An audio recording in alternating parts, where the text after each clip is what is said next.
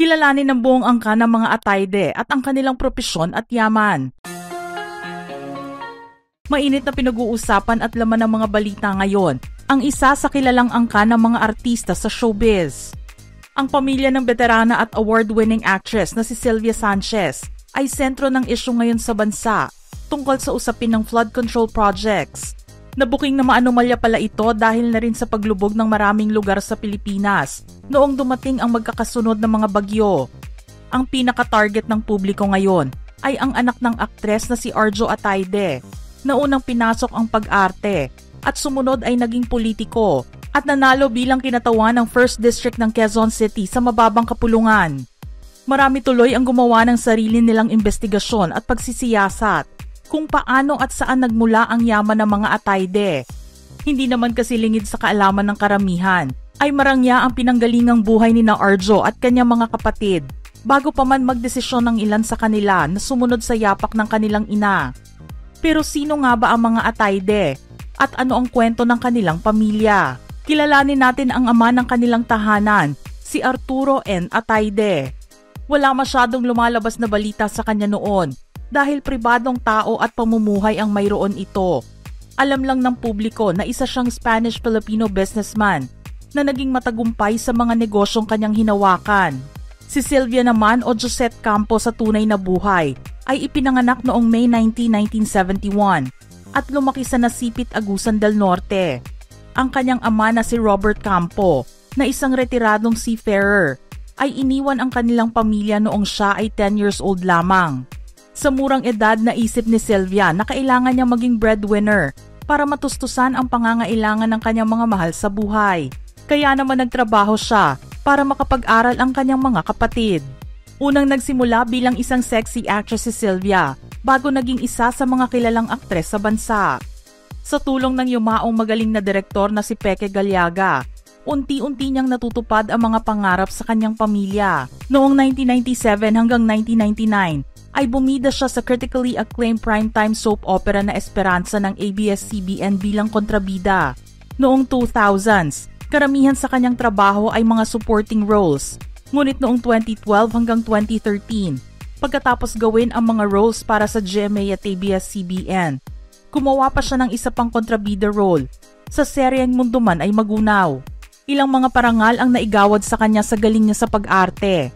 Nariyan ang pagkapanalo niya ng 3 PMPC Star Awards for Television, isang FAMAS Award, isang Golden Screen TV Award, isang Metro Manila Film Festival Award, at isang PMPC Star Award for Movies.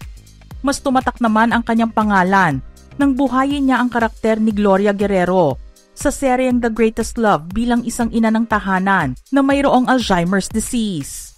Katulad naman ng nababanggit ni Sylvia sa kanyang mga panayam, hindi kaagad na uwi sa relasyon ang unang pagkikita nila ni Art Atayde. Kahit alam niya na galing sa maganda at may kayang pamilya si Art, hindi niya ito kaagad nagustuhan. Hindi naman daw kasi pera ang hanap niya sa isang makakasama sa buhay dahil nagagawa naman niyang kumita para sa kanyang pamilya. Ngunit nagpakita si Art ng dedikasyon at prosigido itong mapasagot si Sylvia. Taong 1989 nang sila ay magkakilala. Pero umabot ng halos 15 years ang kanilang pagsasama bago sila nagdesisyon na magpakasal. Nagkaroon muna sila ng 2 anak at pagkatapos ay pinag-isipan na ituloy na ang matagal nilang binabalak na pag-iisang dibdib noong 2004 sa Tagaytay. Naipundar nila sa kanilang pagsasama, bukod sa mga trips abroad, ay ang maganda nilang bahay ngayon sa isang exclusive subdivision, beach house sa Batangas, jet ski na ipinakita ni Sylvia sa mga interviews niya, ang chopper na ginagamit nila sa pagbabiyahe sa loob ng bansa, at ang ipinapatayong bahay ng aktres sa loob ng village nila ngayon na gagawin bilang retirement home ng kanilang pamilya. Iyon nga lang nang magsimulang madamay ang pangalan ni Art sa flood control project issue ng bansa. Lumabas na rin ang ilang impormasyon na magbibigay ng pagpapakilala sa kanya. Sari-saring ulat ang lumabas kung saan mababasa ang pangalan ni Art na sangkot sa isang malaking issue na tinutukan din ng sambayanan noong 90s.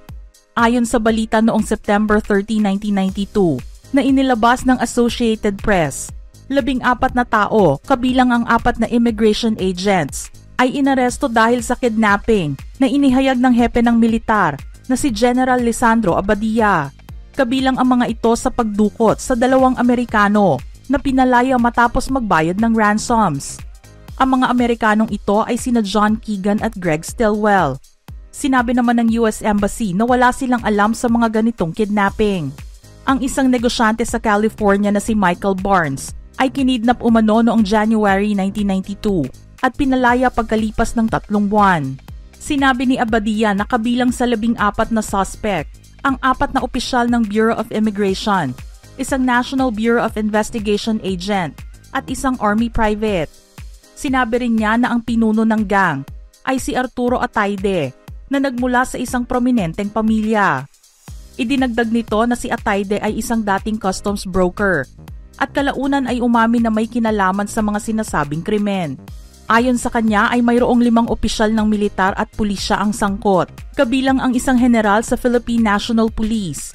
Ngunit tumanggi siyang ilabas ang kanilang mga pangalan. Gayunpaman makikipagtulungan daw siya sa pagsisiwalat ng lahat ng mga kasangkot. Sumunod naman ay nabalita ang pagkakasama ni Art sa negosyo ni Atong Ang naisabong. Siya at 2 pang kasama na sina Joseph Lumbad at ang IT expert na nasa likod ng pagpapatakbo ng isabong sa ilalim ng World Pitmaster Cup ay nabalitang umalis na sa poder ni Atong Ang at magsasarili na lamang at susubukan na magtayo ng negosyong hindi makikialam si Ang.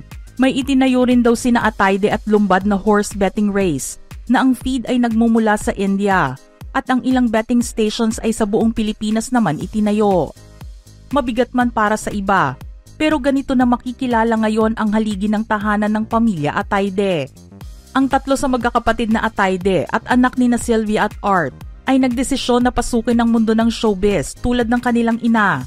Si Arjo ay unang napanood sa edad na 9 at nakasama sa Ang TV.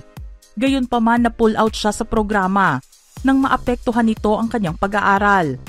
Nakagawa siya ng ilang mga serye at programa sa ABS-CBN at nakakuha ng awards mula sa PMPC Star Awards for Television, Best Male New TV Personality at Best Single Performance by an Actor.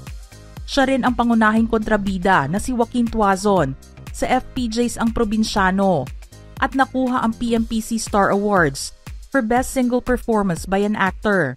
Best Actor Award din ang naiuwi niya para sa Bagman at Katleya Killer.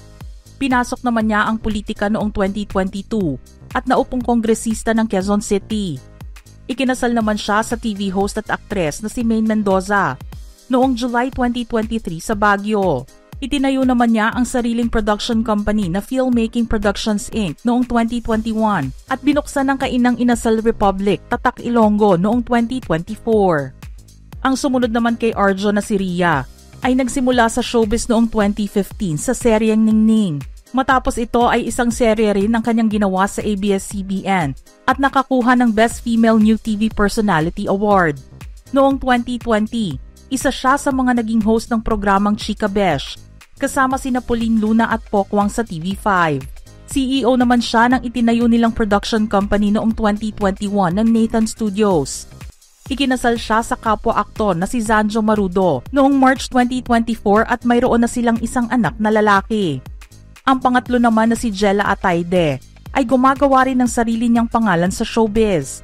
Nakilala ngayon si Jella sa galing niya sa pagsayaw bilang host ng natapos na dance survival reality show ng ABS-CBN na Time to Dance. Ang bunso naman nilang kapatid na si Chavi ay naranasan din na magmodelo noong siya ay bata pa. Ngunit pribado siyang tao na nakatutok sa kanyang pag-aaral ngayon. Mabigat na mga akusasyon ang naisusulat at nababasa ngayon sa pamilya Atayde. Ang pagkakadawit kasi ng pangalan nila sa usapin ng korupsyon sa bansa ay hindi madaling iwasan. Nagbigay na ng pahayag si Congressman Arjo Atayde dito noong nakaraang araw at mariin niyang itinatanggi ang pagkakasangkot niya sa mga diskaya. Nagsalita na rin ang kanilang pamilya tungkol dito at isa na si Maine sa mga nagtanggol sa kanyang mister. Aniya kung alam niyang may ginawang mali si Arjo, hinding-hindi nito kokonsintihin ang pagkakamaling iyon. Kilala niya ang pagkatao ng kanyang pamilya at sinabing walang ginagawang masama ang kanyang asawa at kahit kailan ay hindi kumuha sa pera ng bayan. Ganoon din ang sinabi ng nakababatang kapatid ni Arjo na si Jella. Kahit ang mga travels nila ay hindi dapat pagdudahan dahil pinaghirapan nila ang perang ginamit sa mga ito na mula sa kanyang sweldo sa pag-arte at negosyo. Marangal din daw na nagtatrabaho ang kanyang kuya para sa bayan at hindi ito nagnakaw ng pera ng mamamayan. Mga ka-showbiz peeps, ano naman ang reaksyon nyo sa istorya natin ngayon? Send in your thoughts in the comment section below.